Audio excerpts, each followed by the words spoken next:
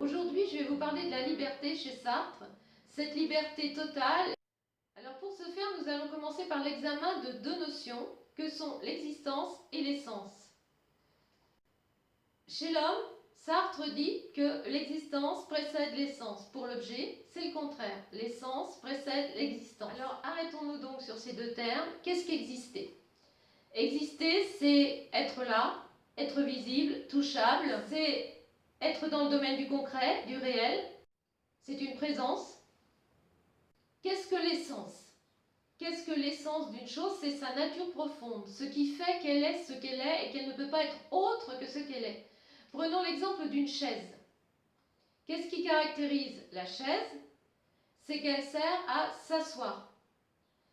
Ce qui fait qu'elle est une chaise, c'est précisément son utilité. Si elle ne sert pas à s'asseoir, ce sera un tout autre objet, mais pas une chaise. Sartre dit de l'objet que c'est un en soi.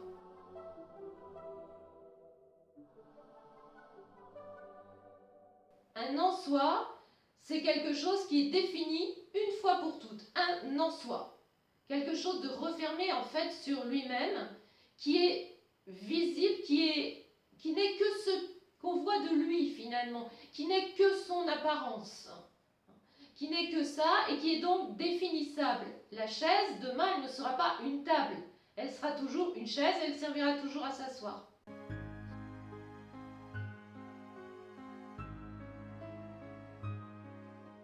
L'objet est statique, puisque l'objet a été défini dans la tête de celui qui l'a créé. Celui qui l'a créé avait la technique de fabrication, il savait ce qu'il allait faire et ce à quoi allait servir cet objet. Je construis des marionnettes. Pour l'homme, il en est tout autrement.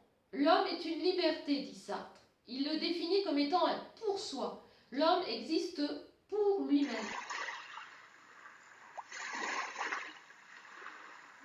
Qu'est-ce qui caractérise exactement ce sujet, ce pour soi ? C'est la notion de projet. L'homme est perpétuellement en devenir.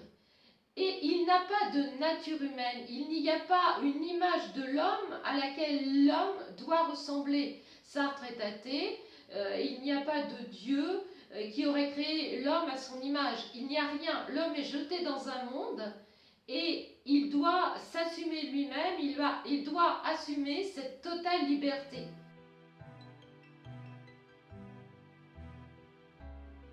Il est un projet, je disais tout à l'heure, il est en devenir. Il se peut très bien que nous cherchons à nous définir à la manière de l'objet et nous le faisons de façon ponctuelle.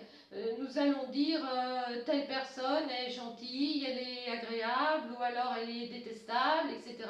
Il se peut très bien qu'aujourd'hui je sois efficace, que je sois souriante, on va me définir comme quelqu'un d'efficace et d'agréable. Mais demain, dans une situation quasi similaire, je peux me révéler tout autrement. C'est que on n'est pas définissable. Nous ne pouvons pas entrer dans une définition. Sartre dit simplement à la mort. À la mort, les jeux sont faits et là, on pourra définir l'homme. Et quelqu'un qui, par exemple, a été lâche toute sa vie, si son dernier acte est un acte de courage, on ne pourra pas dire de lui qu'il a été lâche. Donc tant que nous vivons, tout est toujours possible. Il suffit de faire des choix différents à un moment de sa vie pour être différent.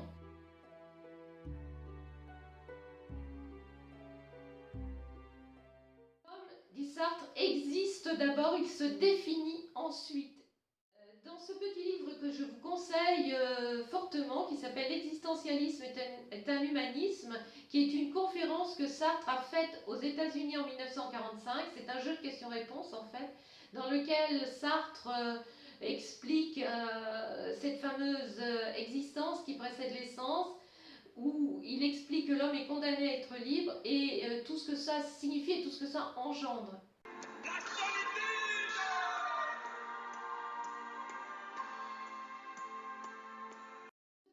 Il fait allusion à Dostoïevski qui disait « Si Dieu n'existait pas, tout serait permis ». Dieu n'existe pas, donc tout est permis, tout est possible, tout choix est possible, tout est envisageable. Mais l'homme étant seul, sans excuse, il peut parfois chercher des conseils. Eh bien, dit Sartre, à partir du moment où on choisit le conseiller, on choisit le conseil. En fin de parcours, on choisit. Et si on refuse de choisir, on choisit de ne pas choisir. Donc on choisit tout le temps. Et on est responsable de tous ses choix.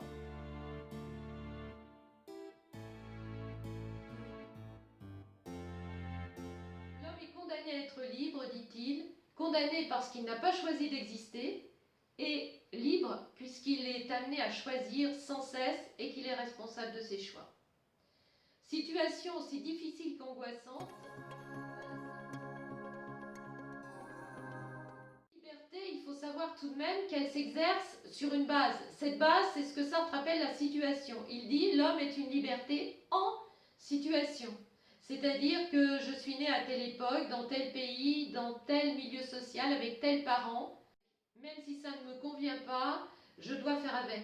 La suprême excuse, c'est de dire « Ah ben oui, mais si j'avais eu tel parent, si j'étais né dans un autre milieu social, si on m'avait emmené à des expositions, si j'avais des parents plus cultivés, j'aurais fait de meilleures études et j'aurais un meilleur métier. » L'homme ne doit jamais se chercher d'excuses. Il est responsable de tous ses choix.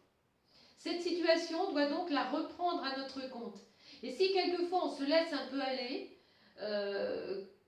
qu'on existe en somme à la manière de l'objet, définissable, statique, c'est qu'on entre dans une conduite de mauvaise foi.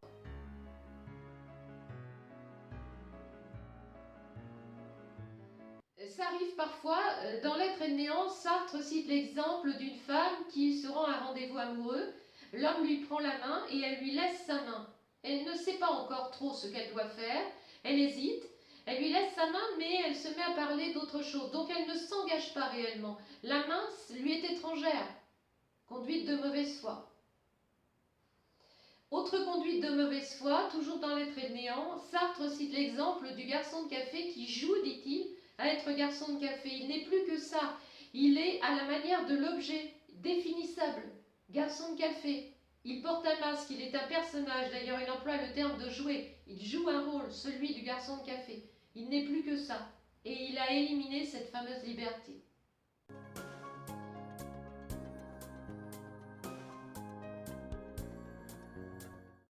Cette liberté est parfois source d'angoisse, puisque nous sommes jetés, dit Sartre, dans un monde, et nous devons faire au mieux avec ce qui nous est donné, et c'est parfois très douloureux, très difficile. Mais c'est la condition humaine.